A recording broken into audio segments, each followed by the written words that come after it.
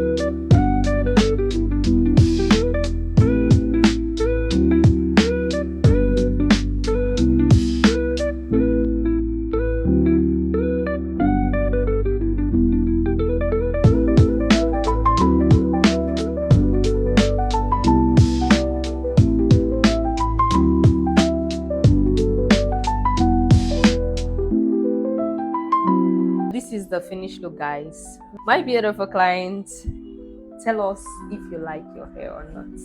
I like it very. You're gonna speak out loud because we cannot hear you. It looks really good. I like it. How do you came to hear about us, and why do you feel we'll be able to deliver this job? It was my sister that told me about you guys. Okay, she said it's her sister. I don't know, she's shy. So she said it's a sister, and I want to thank you for trusting the brand, and living in us.